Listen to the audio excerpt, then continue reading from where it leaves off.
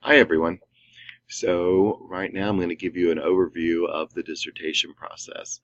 Now, you've already been to a couple of residencies. This is residency 3, and you've probably read the dissertation manual and you probably know what the dissertation process is. But inevitably, there are some things that people have questions about, and I'm going to cover in this quick video. I'm going to cover a few of those things that people have questions about. Using handy dandy screencast-o-matic so I can show you some of the things that I'm explaining.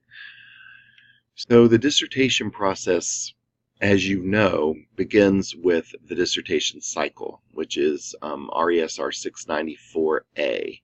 That's when you and your chair will start actually working on your dissertation. Before you get to that point, you are welcome to do readings, and I encourage all of you to do readings. I think that one of the flaws that students often make, or one of the mistakes students often make, is to wait till they get to the dissertation to start doing readings of journal articles about their topic. And then inevitably they find someone else already did work on the same topic, or that their idea isn't going to work. So it really is important for you to be doing that research now, finding different articles, reading about them, seeing where those articles tell you to go, following that trail. Every article has a list of references, and those references are a trail that you can follow to see who that person cited and who they felt was important in the field. Through that kind of comparison of references in journal articles, you'll eventually find the body of literature on your topic area. When I was studying boundary management, certain names came up in every single article I read. Those names are the names of seminal authors, people who are very well known in the field. Everyone was citing them. Helps you to kind of know who the seminal authors are in your field. So start reading articles, start developing your problem statement, but remember, until you meet with your chair, that's not going to be set in stone, and it shouldn't be until you're ready to actually sit down and start your dissertation. So don't put the cart before the horse and think that you need to have a problem statement now, you need to have a chair now. None of that is true. It's not the way that the world works, and it doesn't work that way in any university. You get your chair when you start your dissertation, and when you start your dissertation, that's when you're ready to start it. And when you're ready to start it, that means you've finished all of your classes and you've done your comprehensive exam. So you're in the mindset, the mental mindset, to be ready to start the dissertation. At that point, you're going to get a chair, and you and your chair are going to start working on the prospectus tool. The prospectus tool is a mini outline of the first 3 chapters. And it needs to be complete, and it needs to have references. You're going to need to fill all the information in. There's 15 points, and you and your chair will work on that, and then it will be turned over to the dissertation director for final approval. The prospectus tool is designed to make sure you have alignment in your dissertation. Make sure the topic is something that your chair wants to work on. Make sure that it is a sound dissertation topic. Make sure that it hasn't been studied before. What theories, what literature are you going to use? All of that stuff goes into the prospectus tool. When the prospectus tool is finished, the next part of the dissertation process then is your committee will be selected. Using the prospectus tool and the information from your final topic, committee members will be selected to complement your chair. Those committee members aren't going to give you feedback on the prospectus directly, but they will be able to see it and give the chair any notes they may have. You won't have to work on that, though, because you'll be working on your proposal. The proposal is the full chapters 1 through 3, as you know, and the proposal is going to be the bigger hurdle that you want to get over. That's your milestone to say that you're ready to start your research. The proposal is approved by your chair, by your committee, by the dissertation director. All of those people get 2 weeks each to read and give you feedback on your work. You can expect feedback. You're going to get multiple rounds of feedback. That's normal. It's part of the process. It's been that way for 1,000 years. So be ready. Be ready to get feedback, and be ready to jump on that feedback and make the changes. Now, you're going to be sick of making changes by the time this is all over with, but you know what? It's okay, because you'll have an amazing document that will be strong and will be rigorous and will make you proud when you see that published on Dissertation's database. After the proposal is approved, then your chair prepares the IRB forms, submits your IRB. Once you get IRB approval, then you can begin collecting your data. You'll collect your data. You will write up chapters 4 and 5. You'll adjust chapters 1 through 3 to be past tense because they'll have been written in future tense. You're going to do final edits. You're probably going to want to hire an editor at this point to edit it, but I would wait until your committee has given you the feedback on it, because your committee may have some changes to make the document flow better now that you've written 4 and 5. Once you get committee feedback, once you've sent it to an editor, then you send it to the dissertation director, and then the dissertation director will then give you feedback, and then it will go to the dean, and the dean will give you the final feedback. Once it's approved, you defend your dissertation.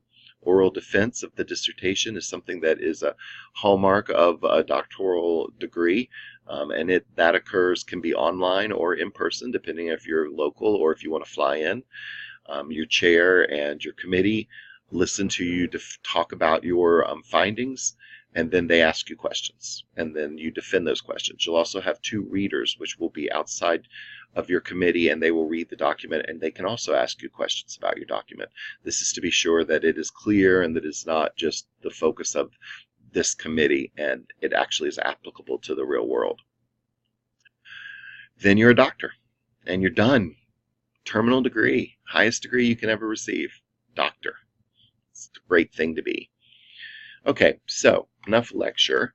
Let me show you a few things that you need to know. First of all is that you're going to want to understand how Word works. Often I get the question, oh, where's the template? Where's the template that I need to use in order to do this dissertation?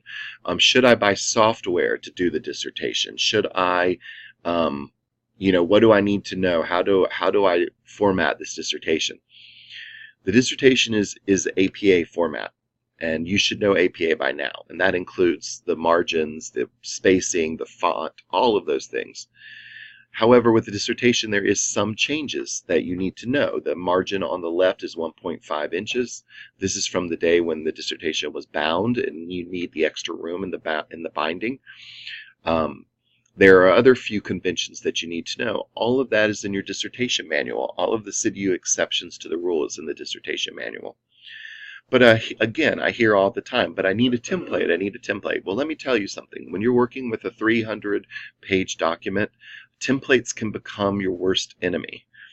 A lot of people like to use the reference tool in Word in order to put in their citations and match those to references. That's a dangerous lot because, again, it can break and cause problems.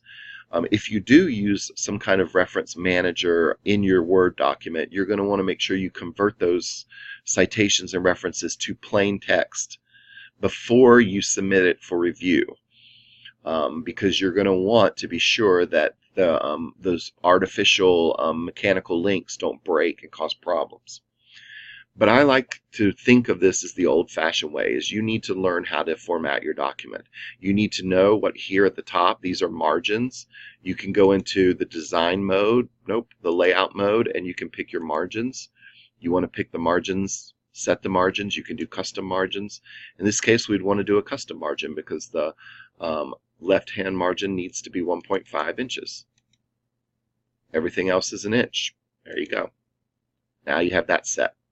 But here's the part that is really important, is to understand the use of styles. And I'm not going to go into this very deeply, but you're going to need to go to the internet and watch a video about this. Styles are these things at the top here. There's styles for headings, there's styles for block quotes, there's styles for spaces. And if you drop it down, you can see there's all different kinds of styles that are listed. There's also a normal style, which is basically what happens when you're just normally typing. You want to make sure you set your styles so that you have a style for normal. You have a style for each heading. You're going to have 3 heading levels in APA that you're going to be using. You'll have a main heading, you'll have a secondary heading, and you'll have a tertiary heading. You can see how those are all formatted, and you want to set up styles for those. You're also going to want to set up style for chapter headings because those are different. You're going to want to make sure then that only the titles are set up as headings, that no other words are set up as headings. That way you don't, when you do your table of contents, when you insert a table of contents, it automatically will pull in the headings. Now you'll have to do some customization to pull those chapter headings in. And we could talk about that at another time. I'll do a video on that. But you can also find these on YouTube all over the place in order to find out how to do that. So my suggestion is to learn Word. Take a Word class. Make sure you understand how Word works, especially styles. And that will make sure that your dissertation is easy to work with and is perfectly formatted by the time you're finished with it. So that's Word. What's the other thing that you need to know? You need to know how to use a citation manager. You're going to be reading hundreds and hundreds of articles. You need to use a citation manager. A citation manager will keep track of all the articles you've read and allow you to create references and bibliographies and everything that you need in order to complete this dissertation. The important thing in any reference manager that you get is that you need to make sure that that reference manager can be searched, that you can search the references. That's really important, and that you have a place to put in notes.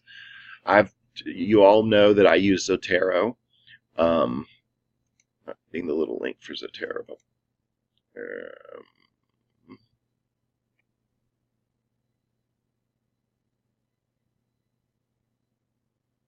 Trying to find arrow link.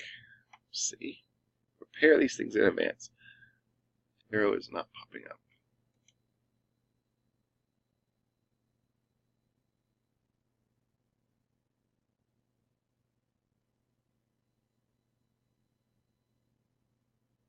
Okay, so what's happening is the Zotero actually isn't embedded in Firefox because I must have updated it and it lost the embedded.